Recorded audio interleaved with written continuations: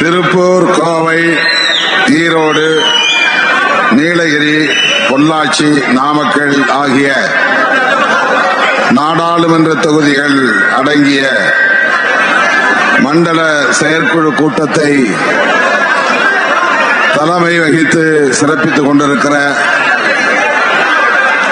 திருப்பூர் மண்டல செயலாளர்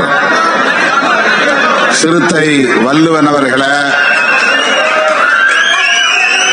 கோவை மண்டல செயலாளர் இலக்கியன் அவர்களே, நீலகிரி மண்டல செயலாளர் துரை ராஜேந்திர பாபு அவர்களே, பொள்ளாச்சி மண்டல செயலாளர் கேசவ மருகன் அவர்களே, ஈரோடு மண்டல செயலாளர் ஜாஃபர் அலி அவர்களே, நாமக்கல் மண்டல செயலாளர் பழ மணிமாறன் அவர்களே, திரண்டிருக்கிற நம் அனைவரையும் வரவேற்று சிறப்பித்திருக்கிற பல்லடம் தொகுதி மாவட்ட செயலாளர் ஓ ரங்கசாமி அவர்களே, திருப்பூர் வடக்கு தொகுதி மாவட்ட செயலாளர் APR மூர்த்தி அவர்களே, இந்த செயற்குழுவுக்கான நோக்கத்தை விளக்கி உரையாற்றி அமர்ந்திருக்கிற கட்சியின் மாநில பொருளாளர் முன்னாள் சட்டமன்ற உறுப்பினர் தம்பி SS பாலாஜி அவர்களே, நமது கட்சியின் துணை பொதுச் செயலாளரும் தமிழ்நாடு அரசின் சமூக நீதித்துறை அமைச்சருமான தம்பி வன்னியரசு அவர்களே, இந்த நிகழ்வை நெறிப்படுத்திக் கொண்டிருக்கிற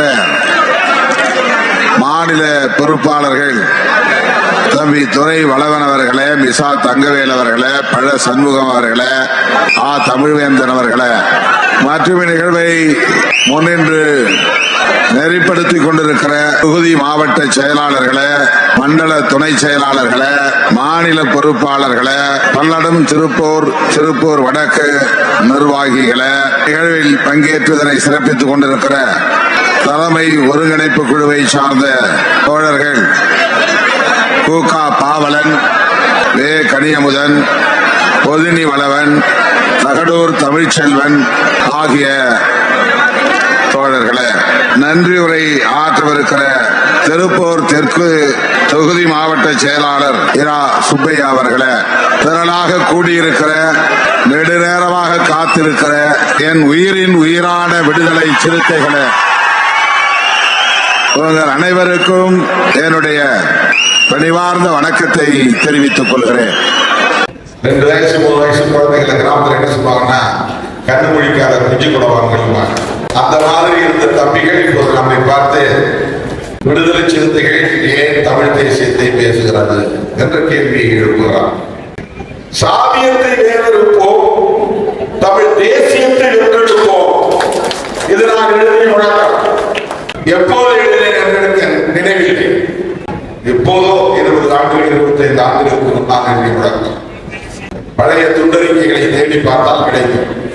சாதியத்தை வேறெடுப்போம், அது சாதி ஒழிப்புக்கான அரசியல், புரட்சியாளர் அம்பேத்கரின் அரசியல். அதை வேறெடுப்பதன் மூலம்தான் தமிழ் தேசியத்தை வென்றெடுக்க முடியும். சும்மா தமிழனையே வா என்றால் வரமாட்டான். ஏன்னா சாதியை தடுக்கிறது.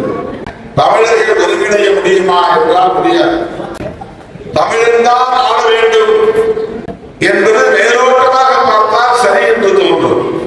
ஆனால் அவன் சாதியை பிடித்த தமிழனாக இருந்தால் அவன் ஆளுவதை நாம் ஏற்றுக்கொள்ள முடியுமா? சனாதன நம்பிக்கை உள்ள தமிழனாக இருந்தால் அவருடைய ஆட்சியை நாம் ஏற்றுக்கொள்ள முடியுமா? சாதிய கட்டமைப்பு சரிதான், நியாயம்தான், இது கடவுளின் கட்டளைதான் என்று நம்புகிறவன் தமிழனாக இருந்து அவன் தமிழ்நாட்டை ஆளக்கூடியவனாக இருந்தால் அதை ஏற்றுக்கொள்ள முடியுமா? ஆகவே தமிழன் என்பது மட்டும் ஒரு அடையாளமாக இருக்க முடியாது. சாதியை ஒழிக்கிற முற்போக்கு சிந்தனை உள்ள ஒரு தமிழன் நமக்கு தேவை. நாம் தமிழ் தேசிய அரசியலை உள்வாங்கியதன் விளைவுதான் நமக்கும் விடுதலை புலிகளுக்கும் இடையிலே உறவு வளர்ந்தது. நாம் தமிழ் தேசிய அரசியலை பேசுவதால் தான் அண்ணன் பிரபாகரன் திருமாவளவனை அடையாளம் கண்டார். தமிழ்நாட்டில் திருமாவளவனை ஒரு குறிப்பிட்ட சாதி அடையாளத்தோடு எல்லோரும் பார்த்தபோது திருமாவளவனை ஒரு தமிழனாக பார்த்தவர் அண்ணன் பிரபாகரன் அவர்கள்.